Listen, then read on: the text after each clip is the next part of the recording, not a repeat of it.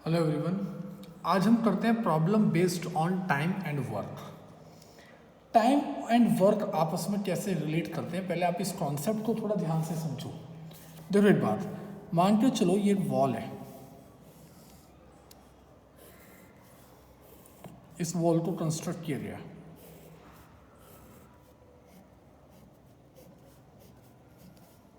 सही है। अब इस वॉल पे दो लोग लगे, दो लेबर लगी, है ना, और उन्होंने इसको 4 दिन में बनाया।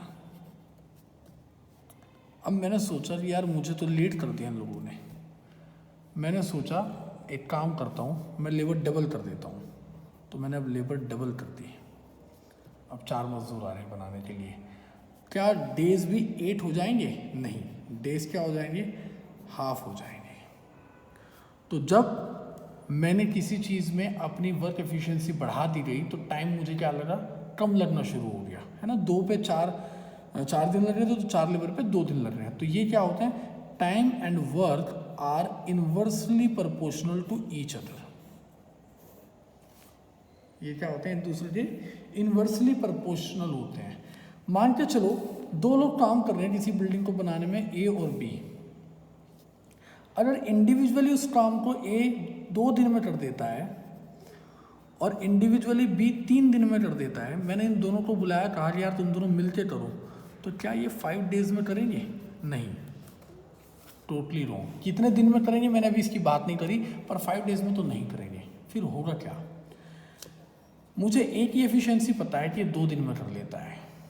अब अगर मैंने 3 को बी को उसके साथ मिला दिया तो जाहिर सी बात है 2 से तो कम ही दिन में करेंगे, क्योंकि ये अकेले ही 2 दिन में कर लेता था। अब काम बढ़ेगा तो नहीं। तो अब मुझे क्या देखना होता है कि इसकी 1 डे की वर्किंग एफिशिएंसी क्या है।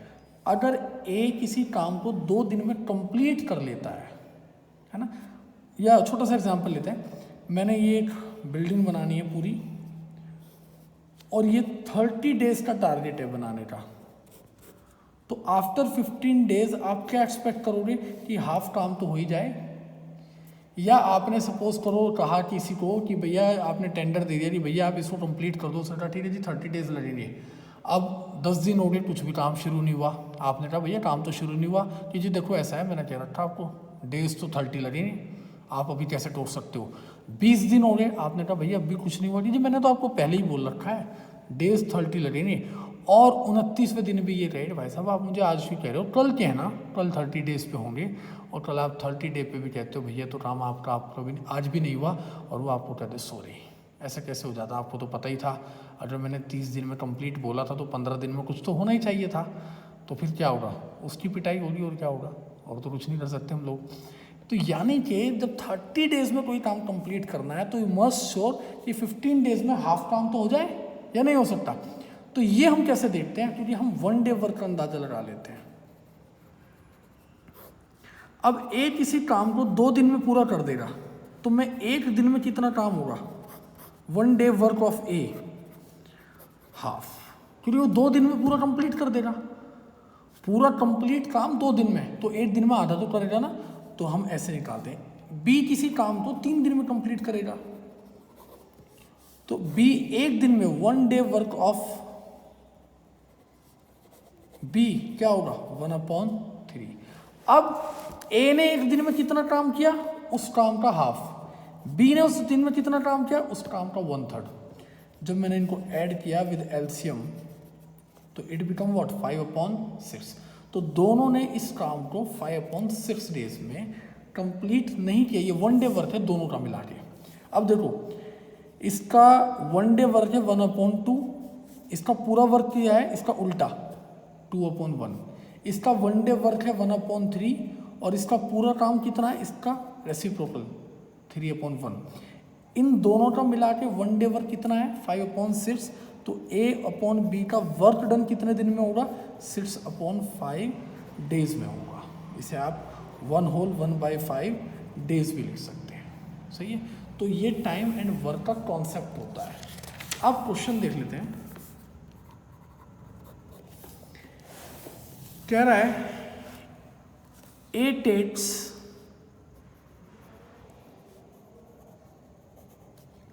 6 days less than the time taken by B to finish a work. A B से 6 दिन कम लेता है, A B से 6 दिन कम लेता है ना। तो आपको तो नहीं पता B कितने लेता है, तो आप मान लो late B take X days, तो A take X minus 6 days। अब यहां पे ये कॉन्सेप्ट है, कॉन्सेप्ट आप समझने की बात है। आपको ये काम अपने आप शुरू कर देना है। 1 day work of B 1/x days, 1 day work of A। आप लोग सर ऐसा उसने कहानी, अरे नहीं कहा, तुम्हें करना है। तुम्हारे हाथ में दोना पकड़ा दिया, गोलगप्पे वाले ने अपने हाथों में ग्लव्स पहन लिए, उसने गोलगप्पे फोड़ने शुरू कर दिए, तो तुम्हारे मुंह में पानी तो आना अपने आप शुरू हो जाएगा ना ऑटोमेटिकली। तो बस ये वही काम है कि हमने जब देख लिए तो बस हमने तैयारी कर ली कि भले लाओ भैया दे दो, हमारे हाथ में रख दो। अब क्वेश्चन सुनते हैं। If both A and B work together तो they will finish their work in 4 days। अगर A और B मिलकर काम करें तो 4 days में कर देंगे। तो क्या मैं ये कर दूं कि x में x माइनस 6 ऐड करके 4 कर दूं? बिल्कुल गलत।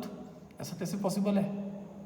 क्योंकि वर्क एंड टाइम इनवर्सली चलते हैं। एक दिन में दोनों मिला के कितना काम करते हैं पहले वो जानना पड़ेगा। अगर A और B finish the work in 4 days तो A और B का 1 day वर्क क्या होगा? 1/4।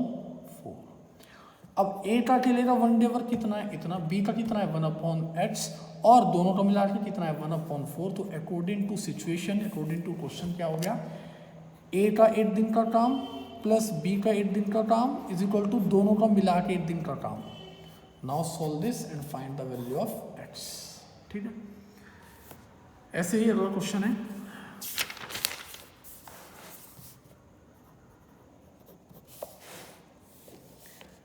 टू वाटर टैप्स, 2 पानी की टंकियां together can fill a tank in 9 whole 3/8 hours. मैंने मान लिया एक टैप का नाम है A और एक का नाम क्या है B। ये अपने काम को फिनिश कर देती हैं। इन्हें टैंक को फिल करना है 9 होल 3/8 आवर्स में, यानी कि 75/8 आवर्स में ये इनका काम फिनिश हो जाता है। बट मुझे पता रहना चाहिए कि मुझे 1 day वर्क के हिसाब से काम करना होता है। अब A वाली जो टैप है वो दूसरे वाली टैप से 10 आवर कम टाइम लेती है। मैंने माना कि A जो है x आवर में भरती है तो B x माइनस 10 आवर में भरती है। मुझे 1 day वर्क जरूर निकालना है, तो मुझे क्या निकालना है? 1 आवर, 1 day नहीं 1 आवर। तो 1 आवर में कितना भरेगी? 1/x A वाला, और B वाला 1 आवर में कितना भरेगा? 1/x माइनस 10, और 1 आवर में मिला के कितना भरेंगे? इसमें तो फिनिश होता था, 1 आवर में कितना होगा? इसका उल्टा। तो according to situation this plus this is equal to इसका भी उल्टा this. Solve this, find x। तो इस तरीके से हमारा वर्क एंड टाइम का भी कॉन्सेप्ट कंप्लीट हो गया है।